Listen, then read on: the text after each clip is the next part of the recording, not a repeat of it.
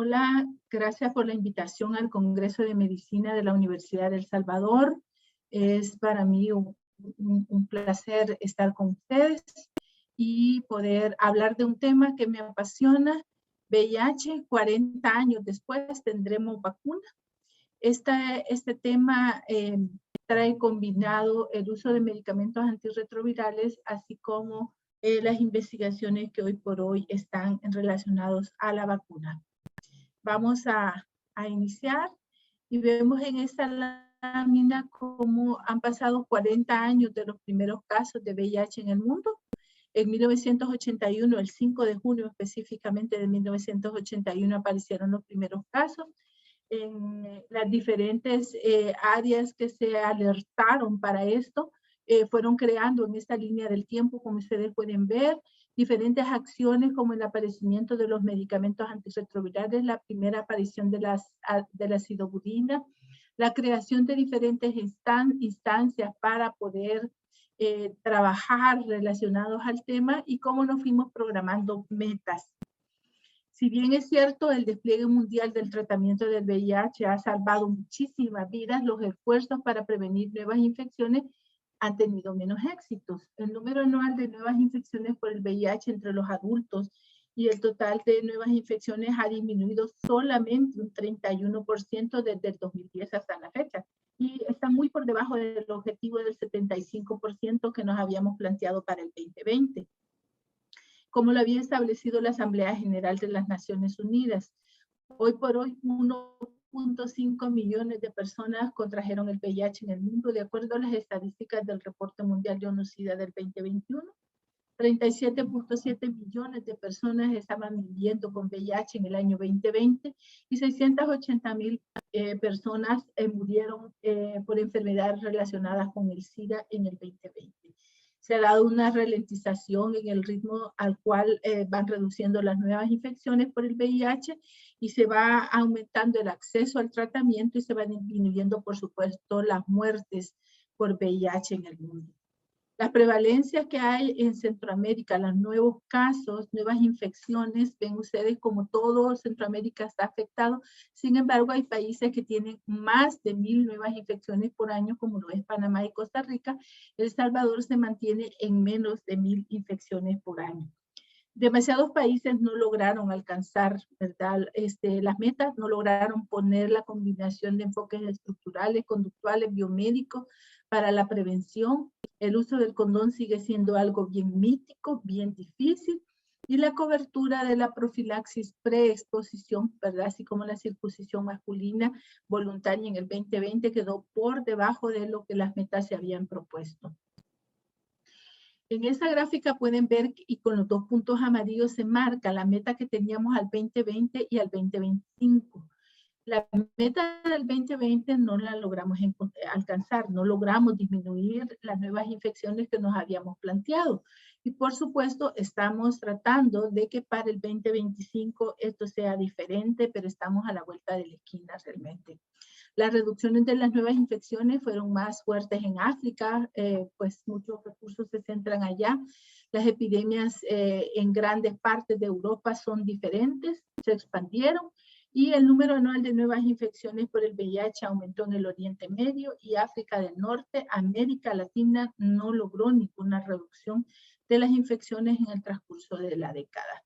Así es que esto es un dato muy importante.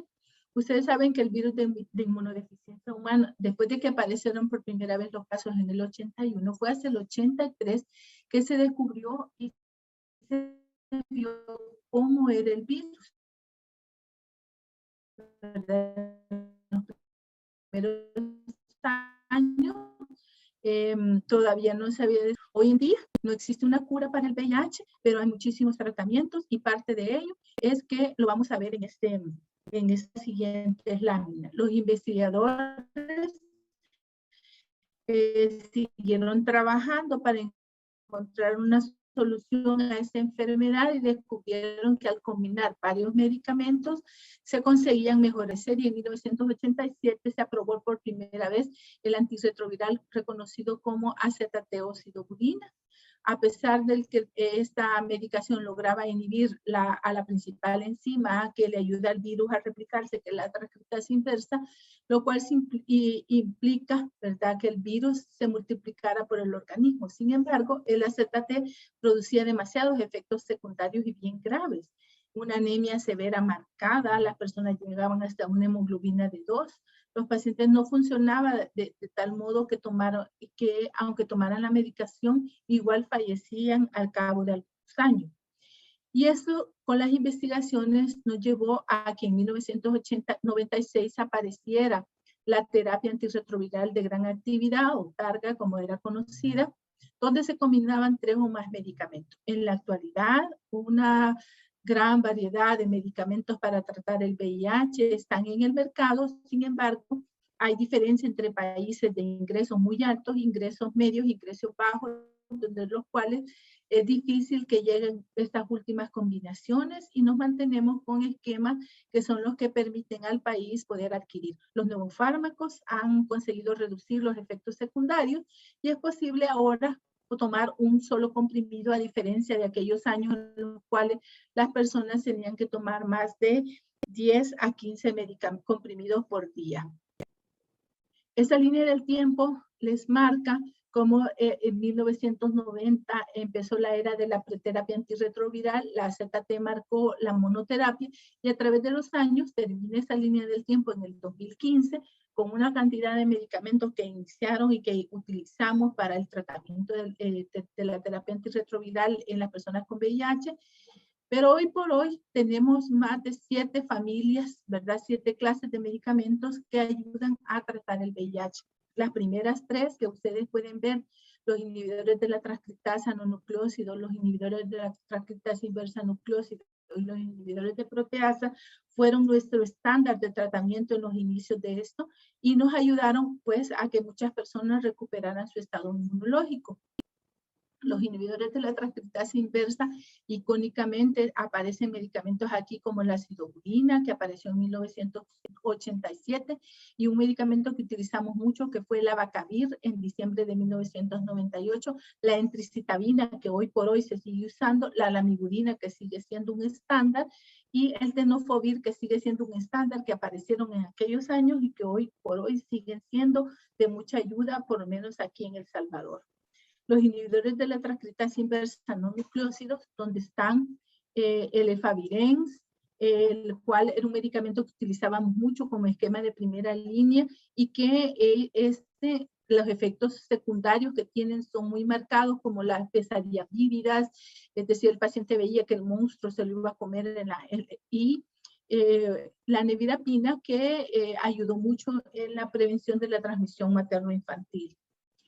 En los inhibidores de proteasa, que son los que bloquean a esta enzima en la replicación del virus, tenemos medicamentos icónicos, ¿verdad? Pero que hoy por hoy el ritonavir sigue estando vigente, y que algunos otros como el darunavir y el atazanavir se han unido a él en estos esquemas de rescate y de tercera línea. Los inhibidores de la fusión son hoy por hoy una nueva familia, ¿verdad? Y el clásico de esto es el Fuseón y el Infurvitide, que lo que hace es que el VIH penetra los linfocitos CD4 y que no se dañe el sistema inmunológico. Como ustedes ven, la fecha en que la FDA aprobó este medicamento es el 13 de marzo del 2003.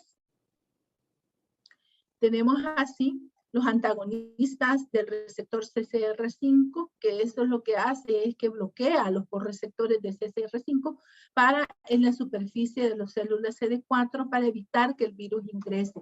El estándar de aquí es el Maraviroc y se aprobó el 6 de agosto del 2007.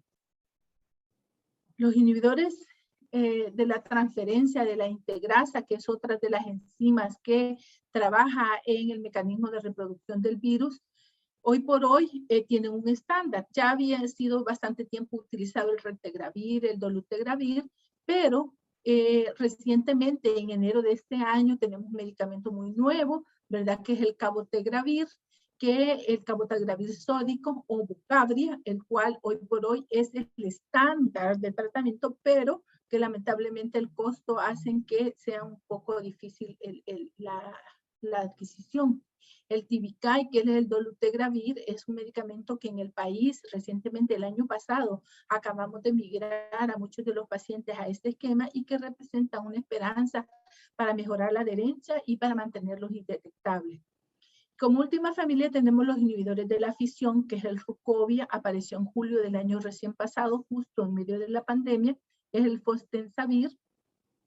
Y lo que hace es que evita la fusión mediada por la proteína GP120, que es la proteína externa del virus, que es donde es la que se une al CD4, a los receptores de CD4, en la superficie del CD4, y esto impide que penetre, ¿verdad? Que penetre el virus. Realmente es un mecanismo muy bueno y esperamos que funcione y evite nuevas infecciones si se utiliza adecuadamente. Luego de estos inhibidores de fusión, tenemos también los que son los boosters o los potenciadores, que es el Taibos, el Covicistat, que se está usando, apareció desde septiembre del 2014, aprobado por la FDA, y que ha hecho, ¿verdad?, que incremente la eficacia de medicamentos contra el VIH en el régimen en el cual se usa como booster. Luego de eso vienen todas las combinaciones que utilizamos y que a través de los años han ido apareciendo su aprobación por la FDA.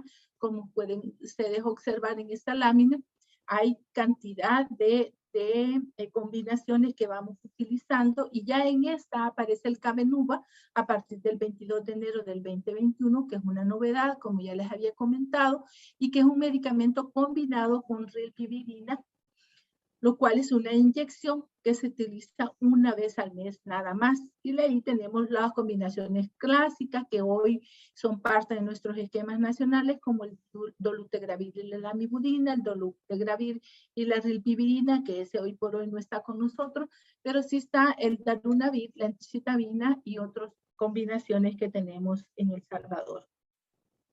Ven ustedes cómo podemos tener una infinidad como el efavirenz, la lamivudina y el tenofovir, que ya lo usamos durante bastante tiempo, el efavirenz, la lamivudina y el tenofovir, y otras combinaciones que algunos de estos medicamentos ya van saliendo del mercado. Vemos como la entecitabina y el tenofovir son el famoso Truvada, ¿verdad?, que hemos utilizado durante estos años atrás. El Convivir, que fue uno de los medicamentos de predilección para el tratamiento con la embarazada también, y el Caletra, que es el lopinavir-ritonavir, el cual es un medicamento que hoy por hoy, que a pesar de que apareció en septiembre del 2000, aprobado por la FDA, ha sido un medicamento que hemos usado durante muchos años para la tercera línea de tratamiento. La Conferencia Internacional de Investigación para la Prevención del VIH, en enero de este año, lanzó el medicamento que yo ya les comenté, que es el Cabenuva, que es el cabotegravir y rilpivirina combinados.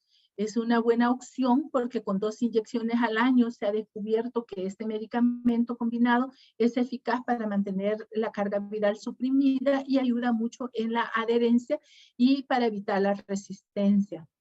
El cabotegravir es producido por lo que antes se conocía como Abbott Healthcare, y la rilpivirina por Janssen. Ambos son administrados en 2 inyecciones separadas en los glúteos una vez al mes, y el fármaco lo que hace es de los primeros medicamentos de acción prolongada que se tiene en el mercado.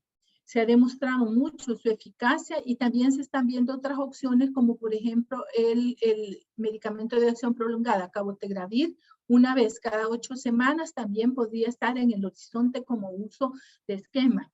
Y también se ha visualizado que es efectivo más que el Truvada, ¿verdad?, para mujeres y géneros, y para en estos estudios que se han estado investigando, que se han estado desarrollando, presentados en esta conferencia. También se presentó un ensayo anterior que descubrió que el cabotegravir es eficaz en la profilaxis preexposición, es decir, para evitar que se adquiera la infección por VIH.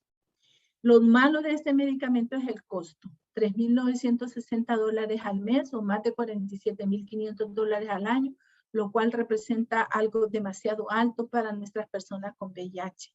Está muy, muy complicado.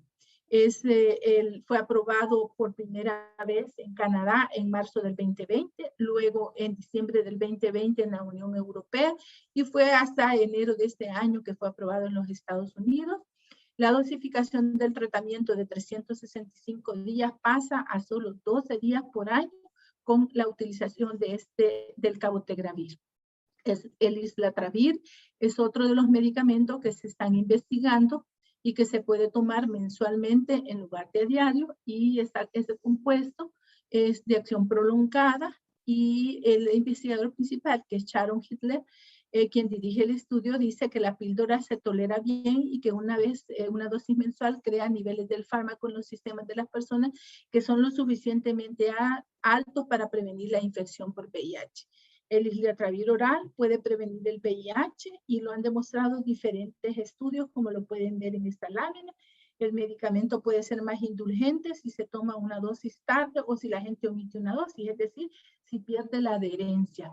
Diferentes investigadores están viendo a nivel de otros países, ¿verdad?, cómo se utilizan otros medicamentos, y en el futuro también han desarrollado un dolutegravir, que ya lo están utilizando en el país, el normal, pero se ha desarrollado uno de acción prolongada que también puede administrarse todos los años, y este trabajo pues se va a publicar pronto de acuerdo a los investigadores. Entonces, en materia de medicamentos antirretrovirales, he presentado dos avances importantes: el cabotegravir y el medicamento que todavía está en investigación. Hoy por hoy vamos a hablar sobre las vacunas. Ustedes saben de que les comenté en las láminas anteriores que desde 1983, cuando el Instituto Louis Pasteur descubrió, ¿verdad?, anunció el tema de la linfadenopatía asociadas al virus, y que dijo que era el virus de inmunodeficiencia humana quien lo producía, la tardanza en conseguir la vacuna desde ese tiempo se debe a que el VIH tiene una tremenda variabilidad. La replicación es muy alta y muy variante, y al estar presionado por las células del sistema inmune cambia de apariencia externa y se escapa, ¿verdad? Entonces, cuando se escapa, cambia nuevamente y es bien difícil seguir esa secuenciación. Y esto es lo que sucedió ya hace casi 25 años con los tratamientos antirretrovirales, porque empezaron a ser efectivos cuando se combinaban varios que interrumpían el ciclo de replicación del virus en puntos distintos. Pero eso nos obligó, ¿verdad?, o les obliga a los investigadores, a los científicos, a que busquen otras opciones. ¿Tendremos la primera vacuna contra el VIH? Una pregunta que nos hemos hecho durante todo este tiempo. Y en las últimas 3 décadas se han probado más de 100 vacunas en humanos. En 2009, un grupo de investigadores publicó los resultados de un estudio realizado en Tailandia. Este estudio comprobó que los participantes que habían recibido la vacuna experimental tenían solamente un 60% menos de probabilidades de contraer el VIH que los participantes que habían recibido placebo. Sin embargo, estos efectos disminuyeron en un año, y al finalizar el estudio, 3 años y medio más tarde, los participantes vacunados solo presentaban protección en el 31% de los casos. Esto ha sido algo que se ha tomado de base para este estudio, ¿verdad? Una vacuna contra el VIH llega a la última fase de ensayo por primera vez en más de 10 años, algo que se evidencia como esperanzador. Y es este grupo de investigadores que ustedes tienen en pantalla quienes están desarrollando esta investigación denominada Safety and Immunology of Two Heterologous HIV Vaccine Regimen in Healthy HIV and Infected Adults. Es un estudio transversal randomizado con un grupo paralelo, con un placebo controlado, doble ciego, que estaba en fase 1 y que hoy por hoy está en fase 2A, y que está pasando ya a una fase 3, que es la que muchos esperamos. El estudio es denominado Mosaico, y cada vez dice que cada vez estamos más cerca de una vacuna efectiva contra el VIH. Se ha llegado, como les mencionaba, a la fase de los ensayos, que es la fase 3, las pruebas realizadas a menor escala, ¿verdad? La vacuna Mosaico se demostró generar una fuerte respuesta inmune durante al menos 2 años luego de ser administrada, a diferencia de la que les comenté en los inicios. Ha sido desarrollada por Janssen, asociado con Johnson & Johnson. Ha utilizado la misma tecnología que la farmacéutica ha empleado en su vacuna contra el COVID. ¿verdad? Es decir, un adenovirus modificado para que transporte al interior de la célula de la persona el ADN de sus proteínas más representativas, de manera que el organismo de la persona cree los anticuerpos contra ellas. Esto hoy por hoy es esperanzador y en verdad no solamente es una vacuna, son dos vacunas, ¿verdad? Una combinada con 3 proteínas y otra con 4. Son codificadas una con 3 proteínas y otra con 4, que por tener esta mezcla se llama mosaico. Y ese es el nombre del estudio. Esta vacuna, ¿verdad? Se basa en la combinación de varias proteínas del VIH que se agregan genéticamente a un vector, que es el adenovirus 26, y este vector es inofensivo para el ser humano, pero muy efectivo a la hora de generar inmunidad específica contra otros subtipos del VIH. Los antígenos de mosaico han sido diseñados bioinformáticamente, aumentan la amplitud de la inmunidad provocada por la vacuna del VIH.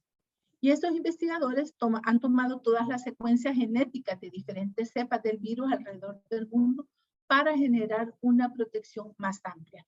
Mosaico surge como un esfuerzo adicional para estimular la producción de anticuerpos contra el VIH y agregó que estas proteínas sintéticas basadas en proteínas producidas por cepas de VIH comunes en África, en América, en Europa y en Australasia, hasta las 2 últimas dosis de la serie, ¿verdad? La incorporación de estas proteínas es lo que hace que visualicemos esta vacuna como un esfuerzo verdaderamente global y que realmente pueda ser accesible. Y se espera, ¿verdad?, que brinde protección efectiva al menos un 65% de los pacientes del estudio y esperemos que funcione, porque ha traído mucha esperanza a este estudio. Ha comparado la seguridad, la tolerabilidad y la inmunogenicidad de una vacuna AD26 tetravalente desarrollada recientemente con la formulación trivalente previamente aprobada. Es decir, esta tetravalente es la que hoy por hoy está en el estudio. El régimen de la vacuna tetravalente fue generalmente seguro, bien tolerado, y encontró que provocaba respuestas inmunes más altas que el régimen de años anteriores, que es la vacuna del 2009. Los regímenes que utilizan ese componente de la vacuna tetravalente se están introduciendo en ensayos de campo para evaluar la eficacia contra el VIH-1. Ambas han superado los estudios de seguridad y se ha visto que crean anticuerpos, ¿verdad? Lo pueden leer en el The Lancet. Se ha sacado, de acuerdo al artículo, ese artículo que fue publicado en The Lancet y que recientemente nos dice que falta ver si funcionan en condiciones reales. El ensayo va a durar alrededor de 24 a 36 meses para verificar la permanencia y la intensidad de la protección de esta vacuna. Es bien importante ver cómo estamos con muchas esperanzas, estamos muy cerca. Este estudio ha incluido más de 3.800 participantes, 57 centros de investigación, 8 países, Argentina, Brasil, España, Estados Unidos, Italia, México, Perú y Polonia.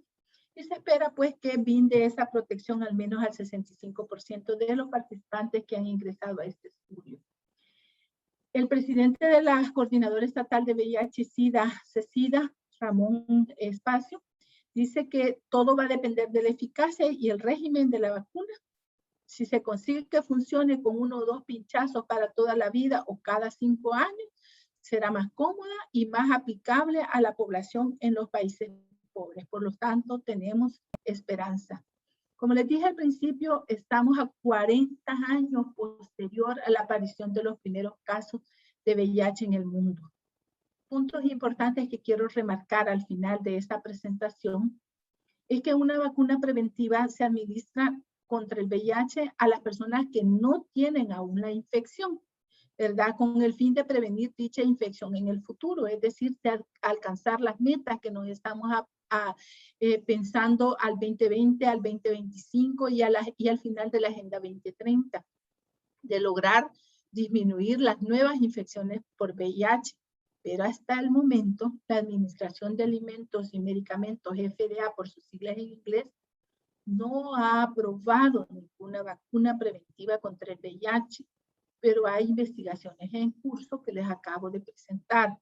Por tanto, lo único seguro en estos momentos es la prevención. para evitar adquirir una infección por VIH.